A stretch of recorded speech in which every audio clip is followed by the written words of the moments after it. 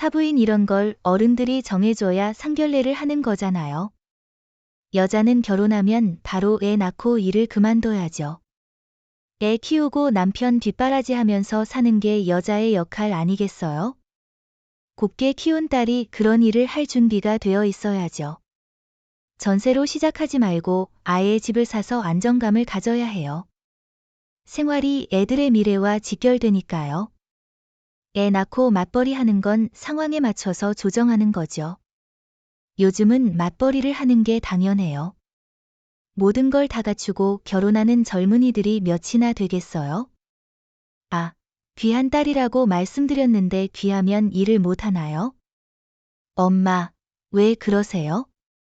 아니, 사부인 말씀이 조금 지나치시네요.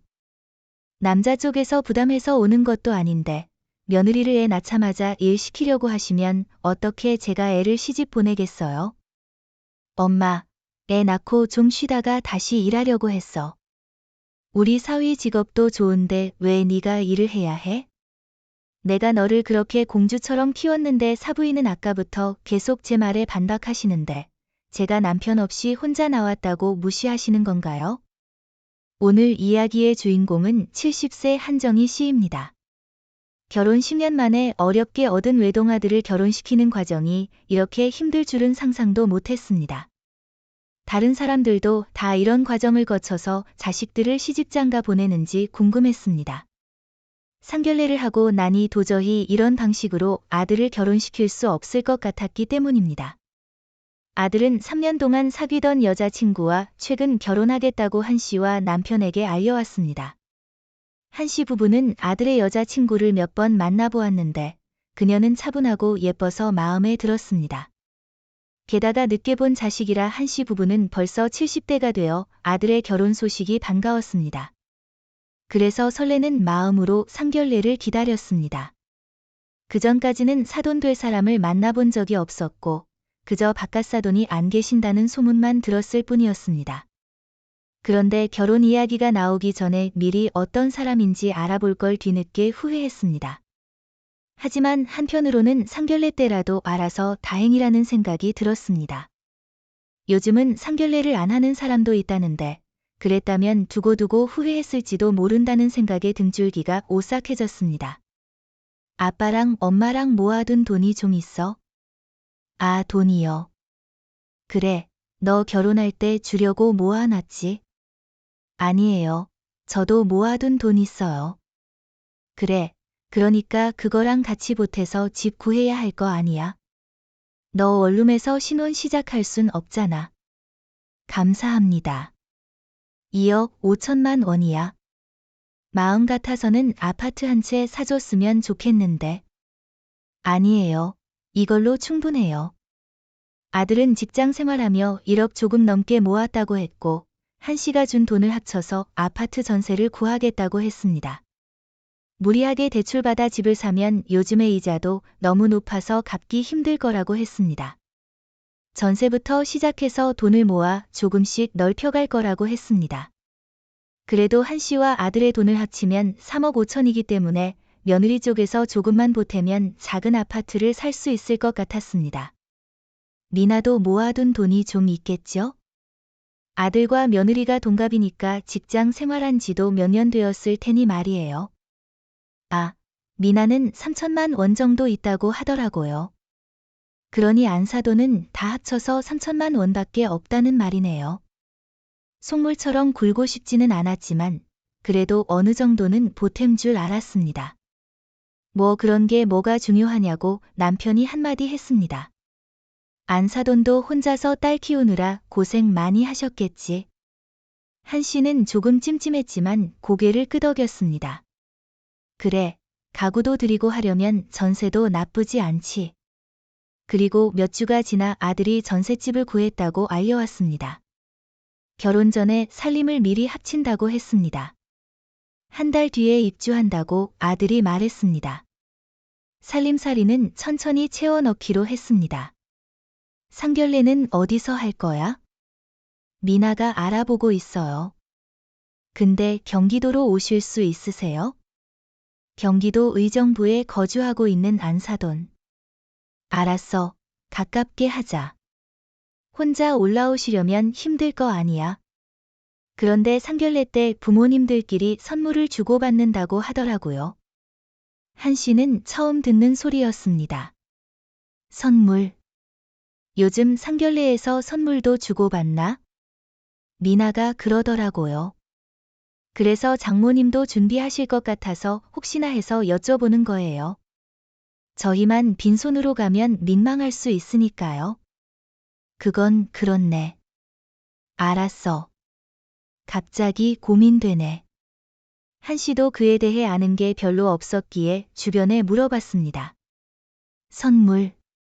글쎄, 나는 그런 거 안 했는데 그래도 그쪽에서 준비한다면 나도 안 할 수 없지.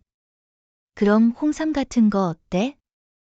좀 고급으로 사면 되잖아. 아이고, 골치 아프네. 홍삼 좋은 걸로 사야겠다. 그래, 요즘에는 쓸데없는데 돈 쓰는 것 같아. 그리고 상견례 날, 저녁 시간이 다가오자 한 씨와 남편은 아들의 차를 타고 도로를 달렸습니다. 뒷좌석 한편엔 비단 보자기로 감싼 홍삼 세트가 놓여 있었습니다. 깜빡 잊을까 봐 남편이 품 안에서 카드를 꺼내 아들에게 건네며 말했습니다. 원래 상견례는 남자 쪽에서 내는 건가? 아무나 내면 되는 거지. 당신 너무 뭐든지 그쪽에 맞춰주는 거 아니야? 그래도 우리가 1시간 걸려서 가는 건데. 아, 안사도는 혼자잖아. 알겠어요. 그렇게 한정 식당에 도착한 한 씨는 먼저 와 앉아있는 안사돈에게 인사했습니다. 안녕하세요. 영준이 엄마예요. 반갑습니다. 아, 네, 저는 미나 엄마예요. 일찍 온다고 했는데 먼저 와 계셨네요.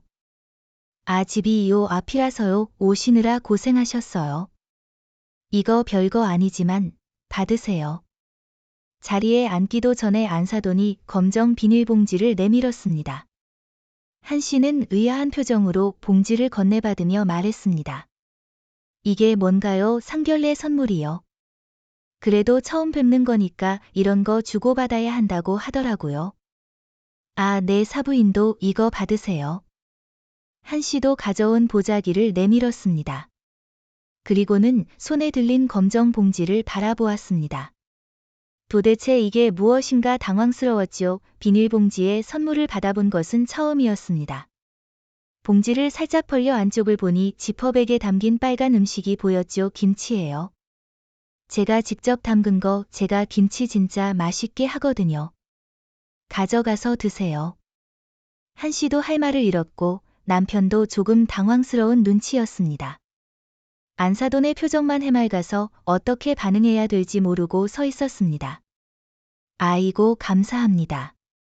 잘 먹을게요. 남편이 먼저 정신을 차리고 대답했습니다.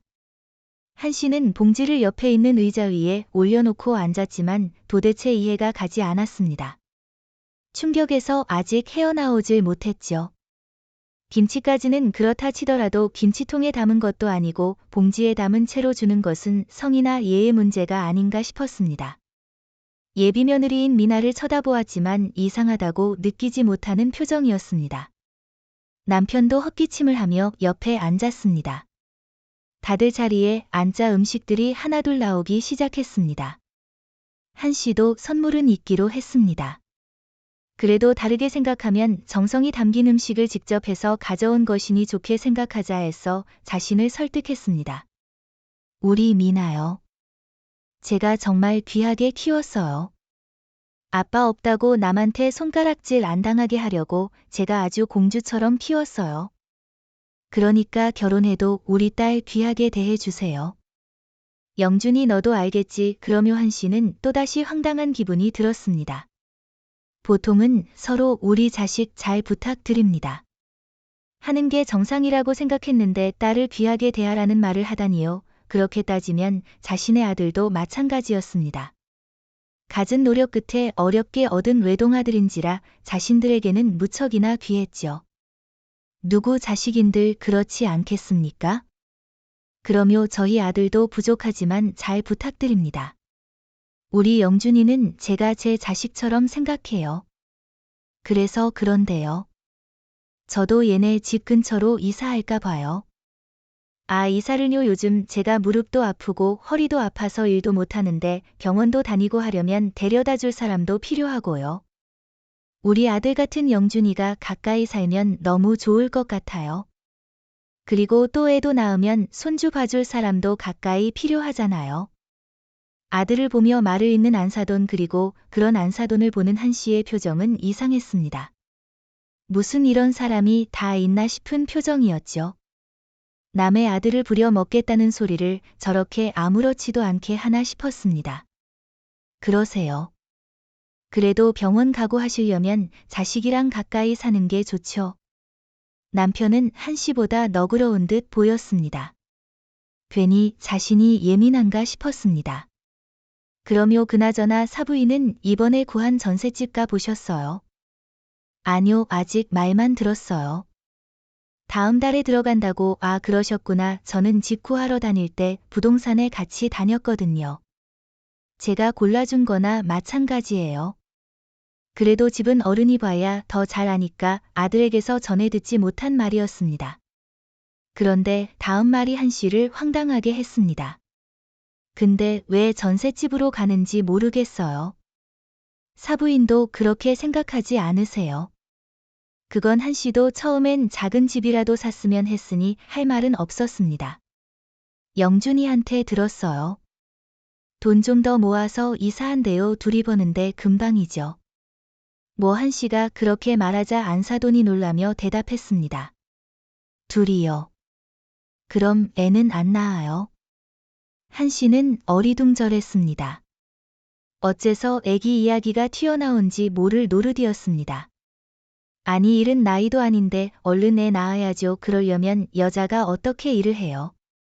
꼭 그러라는 건 아니었고요. 그건 애들이 잘 알아서 하겠죠. 한 씨가 한 발짝 물러났습니다. 아들에게서 어쩔 계획이다. 들은 적도 없고 자세히 물은 적도 없었습니다. 그런데 안사돈은 물러날 생각이 없는 듯 했습니다. 사부인, 이런 걸 어른들이 정해주라고 상견례를 하는 거죠. 결혼하면 바로 애 갖고 일은 그만둬야죠. 그리고 애 키우고 내조 잘하면서 사는 게 여자 역할이잖아요. 그러려고 곱게 키운 건데, 그러니까 처음부터 전세 말고 집을 사서 가야 안정이 되죠. 생활이 애들 인생이잖아요. 애 낳고 맞벌이하고 그런 건 다 사정에 맞춰서 하는 거죠. 그리고 집 사고 그러려면 요새 다 맞벌이해요. 모든 걸 다 갖춰놓고 결혼하는 젊은이들이 얼마나 있겠어요. 한 씨나 남편이 아무 말 않고 있으니 사돈은 입만 열면 이해 못할 소리였습니다. 이렇게 상견례를 끝냈다가는 안사돈이 이래라 저래라 해서 자식들 신혼생활이 고달파질 것 같았습니다. 아니, 귀한 딸이라고 분명 말씀드렸는데요. 귀하면 일도 못하나요? 엄마, 왜 그러세요? 그쯤 되자 아들과 며느리가 말리기 시작했습니다. 한 씨도 열이 받아서 듣고만 있을 수가 없었습니다. 아들네가 맞벌이하고 말고는 생각해 본 적도 없는 문제였는데 사돈이 그렇게 나오니 오기로라도 물러서기가 싫었습니다. 아니, 사부인 좀 말씀이 지나치시네요. 남자 쪽에서 집을 해서 오는 것도 아닌데 애 낳은 며느리를 이렇게 일시키려고 눈에 불을 켜시면 제가 어떻게 애를 시집을 보내나요? 정말 뻔뻔한 말이었습니다. 그렇게 귀한 딸을 시집 보내면서 3천만 원 보태면서 집을 사준에 만회하는 것도 웃겼습니다. 그제야 며느리가 안사돈의 팔을 잡아 끌며 말했습니다. 엄마, 애 낳고 좀 쉬다가 다시 일하기로 했어. 아니, 우리 사위 직업도 좋은데 왜 네가 일을 해? 아무리 직업이 좋아봤자 월급쟁이인데 혼자 벌어서 아내와 장모까지 떠받들며 살게 생겼습니다. 아들은 난감해했고 남편도 이 자리가 무척 불편해 보였습니다. 여보, 그만해. 그런 건 나중에 애들끼리 알아서 하라 그러면 되지. 그때부터는 분위기가 이상해졌습니다. 계속해서 나오는 음식을 깨작깨작 먹고는 있지만 머릿속으로는 서로 다른 생각들을 하고 있었죠. 한 씨도 목이 타서 찬물만 벌컥벌컥 마시고 있었습니다. 그때 안사돈이 자식들을 보며 말했습니다. 그래서 결혼은 어디서 할 거니? 서울에서 알아보고 있어요. 아들이 대답하자 안사돈이 떨떠름한 표정을 지었습니다. 미나, 너는 학교를 안산에서 나왔는데 결혼을 왜 서울에서 해? 대학이 서울이니까.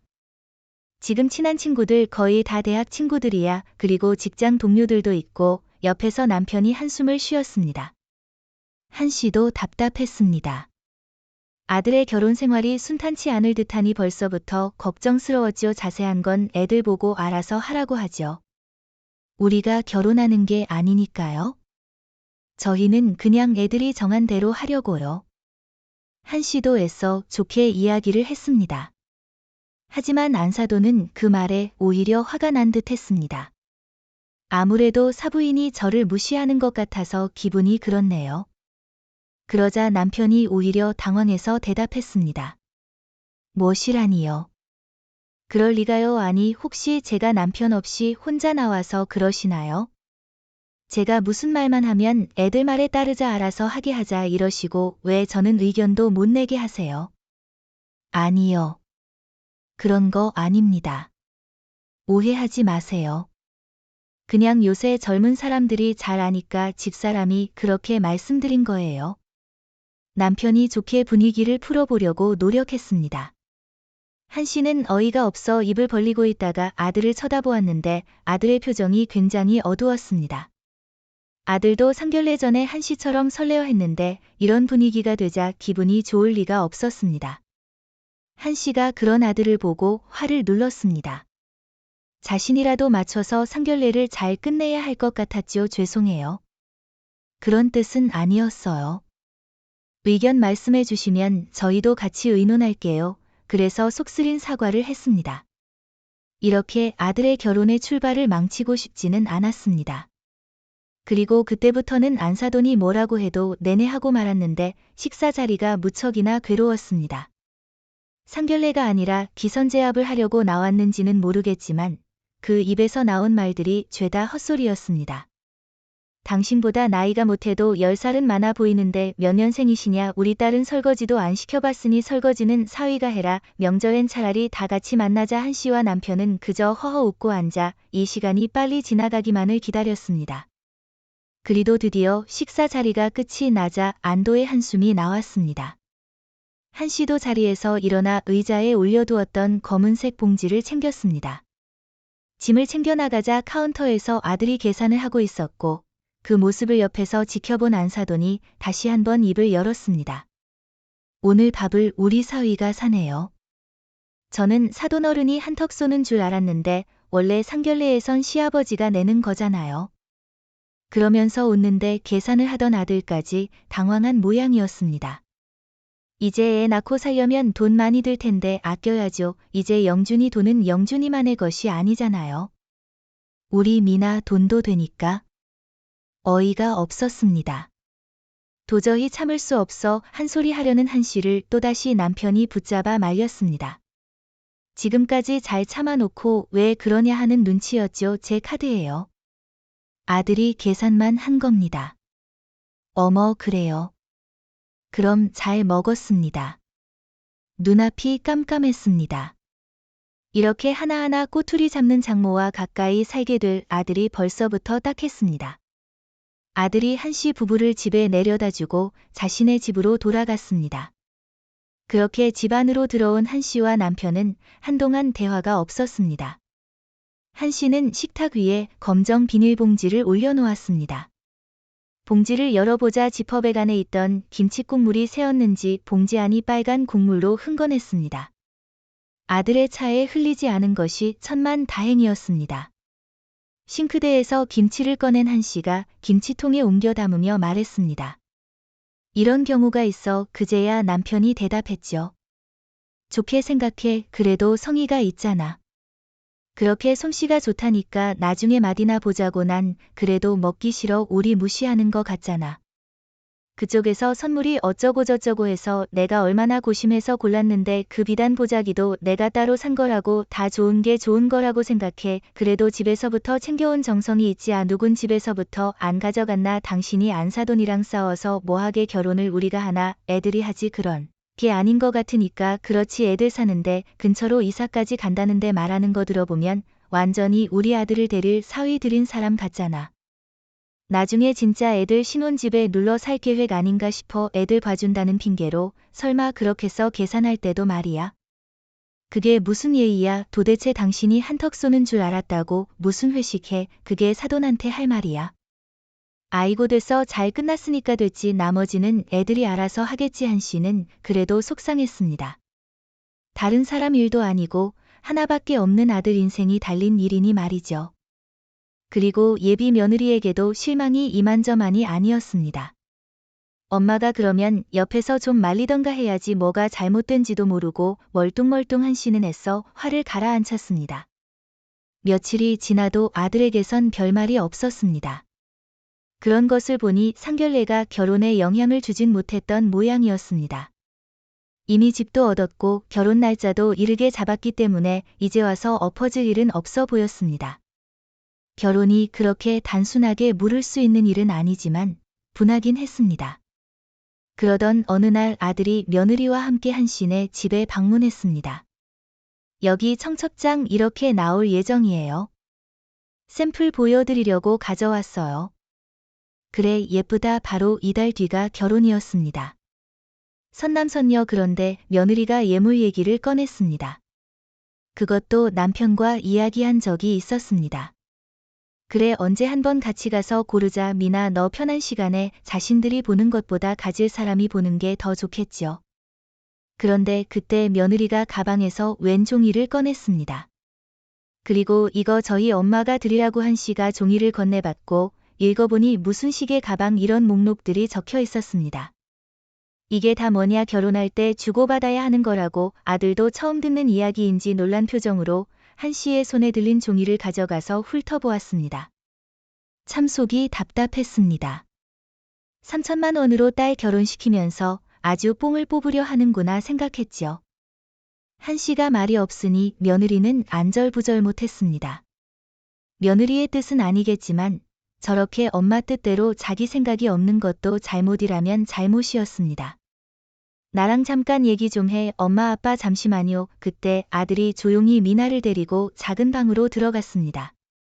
5분쯤 지나자 조금씩 언성이 높아졌습니다. 언뜻 들리는 말을 들어보니 가방을 사드리기로 했는데 이게 뭐냐 하고 아들이 말하자 미나가 엄마가 전화라 그래서 전한 것밖에 없는데 나한테 왜 그러냐. 대략 그런 대화였습니다. 곱게 자랐다더니 정말 공주인지 이럴 거면 그냥 엄마 수발 받으면서 성에서 살아야 할 것 같았습니다. 아들이 조금 언성이 높아지자 문을 열고 나왔습니다. 저 미나 좀 데려다주고 올게요. 죄송해요. 다시 올게요. 그러더니 한참을 돌아오지 않았습니다. 1시간쯤 지나자 아들이 다시 돌아왔습니다. 한 씨와 남편이 아들을 앉혀두고 이야기했습니다. 너 그 집에 무슨 죄라도 지었니? 그게 무슨 말씀이세요? 네가 하자가 있는 것도 아니고 엄마는 네가 그렇게 사랑한다니까 이것저것 재지도 않았고 상견례 끝나고도 별말 안 했다. 근데 너 그 뒷머슴으로 들어가니? 그러자 아들이 고개를 숙이며 아뇨 하고 대답했습니다. 너 이번에 신혼집 구할 때 3천만 원 그거 받아서 썼어. 그럼 혼수는 또 우리가 넣어야겠네. 그건 좀 남겨뒀어요. 그럼 그 3천만 원 엄마가 줄 테니까. 미나 돌려줘라. 그러자 아들이 아무 말도 없었습니다. 3천만 원을 돌려준다는 게 무슨 의미인지 아는 것이었죠. 엄마는 내 앞날이 보이는 것 같아. 너는 어떻게 생각해? 아들은 또다시 대답하지 않고 있었습니다. 생각이 무척 복잡해 보였습니다. 아마 미나를 데려다주며 무슨 대화든 나누었을 것입니다. 인생 정말 길어. 근데 지금 결정이 너의 나머지 인생 60년 70년을 결정하는 거잖니. 그러자 옆에 있던 남편도 거들었습니다. 결국 내 선택이니까. 당장 어떻게 하라고는 엄마 아빠도 말 못해. 그래도 최소한 이 결혼 조금 미루고 진지하게 다시 생각해보면 좋겠다. 의외였습니다. 남편은 그저 참고 넘어가라고만 할 줄 알았는데 그동안 남편도 비슷한 고민이 있었던 것 같았습니다. 그러자 아들이 무겁게 입을 열었습니다. 요즘 많이 괴로워요. 이게 제가 생각했던 결혼이 아니었는데 이런저런 일 때문에 매일 싸우고 이렇게 결혼해서 행복할지 확신이 없어요. 저도 미나랑 얘기도 더 해봐야 하고 그래서 우선 결혼을 좀 미뤄볼게요. 충분히 시간을 두고 생각해봐니가 무슨 결정을 하든 엄마 아빠 존중할게. 알겠습니다. 죄송합니다. 아들의 표정이 무척이나 고통스러워 보여 한시도 더는 말을 보태지 않았습니다. 그럼에도 불구하고 결혼을 꼭 해야겠다면 한시도 아들을 이길 자신은 없었습니다. 아들이 현명한 결정을 내리길 바랬지요. 그렇게 한 달쯤 지났을 때 어느 날 아들은 파혼을 하기로 했다며 전해왔습니다. 한시는 잘했다고 잘됐다고 그렇게 말할 수 없었습니다. 그런 결정을 한 아들의 속이 말이 아닐 테니 말이죠. 한시의 남편도 속상한 듯 한숨만 푹푹 쉬었습니다. 그런데 그 소식을 들은 지 며칠이 지났을 때 모르는 번호로 한시에게 전화가 걸려왔습니다. 접니다. 상대방의 첫마디에 황당했지만 누군지 단박에 알아보았습니다. 아, 어쩐 일이세요? 제 번호는 어떻게 아시고 지금 그게 중요한가요? 알려줄 사람이라곤 예비 며느리밖에 없겠죠. 이게 말이나 되는 상황이에요. 사부인 이렇게 이 결혼 엎어 버리실 거예요. 어쩜 그러세요? 어쩜 저희를 이렇게 우습게 보실 수가 있어요? 내가 영준이 집안에 와도 별말 안 했고요. 나중에 애 낳으면 내가 다 키워줄 생각이었어요. 어떻게 이렇게 지 복을 지 발로 걷어차요? 복이요. 그럼 복이죠. 내 딸 미나 말이에요. 어딜 가도 참하고 예뻐서 며느리 삼고 싶다는 사람이 줄을 섰었어요. 그런데 왜 여태 안 보내셨어요? 뭐라고요? 영준이랑 연애하느라 못 간 거잖아요. 아, 34이면 그동안 기회가 많았을 거 아니에요? 뭐요, 지금 우리 딸 나이 많다는 거예요? 우리 딸이 공부하느라 결혼을 늦게 하는 거지 여태 못 가서 안 간 거 아니에요? 누가 들으면 사법고시 공부라도 한 줄 알겠네요. 공무원 공부를 하다가 계속 낙방해서 작은 회사에 들어간 것이라고 들었는데 자부심이 대단해 보였습니다. 어머머, 이런 집이랑은 내가 결혼 못 시켜요. 어디서 이런 못 배워먹은 집안이 나중에 우리 딸 고생시킬 거 눈에 훤해요. 우리 딸 변호사도 쫓아다녔고 의사도 우리 딸 소개시켜달라 그랬는데 억울해 죽겠네. 정말 귀가 따가울 지경이었습니다. 그럼 그 변호사나 의사한테 시집 보내세요. 공주라면서요. 우리 아들은 왕자는 아닌가 보죠. 이 보세요. 우리 아들이 3천만 원 돌려주던가요. 건방지게 통장으로 돈딕 보내면서 결혼 없던 걸로 하자는 게 도대체 어디서 배워먹은 예의인가요? 내가 그러라고 했어요. 그걸로 따님도 좋은 혼처 잘 구해보세요. 그리고 전화를 끊어버렸습니다. 속이 시원한 한편 뜨겁기도 해서 한참을 손으로 부채질을 해야 했습니다. 이래서 앞으로 상견례는 꼭 해야겠어요. 시럽낀 남편도 속상해 보였지만 전화 통화를 옆에서 듣고는 지긋지긋한 듯 했습니다. 천만 다행이에요. 정말 남편은 대답하는 대신에 고개만 끄덕였습니다. 그리고 한시도 한참을 가슴을 쓸어내려야 했습니다. 지옥의 한 발짝 내디딘 아들의 뒷덜미를 문턱에서 잡아 끌어온 것처럼 오싹하기도 했습니다. 그리고 부디 이 일로 아들이 받은 상처가 빨리 치유되길 바랄 뿐이었습니다.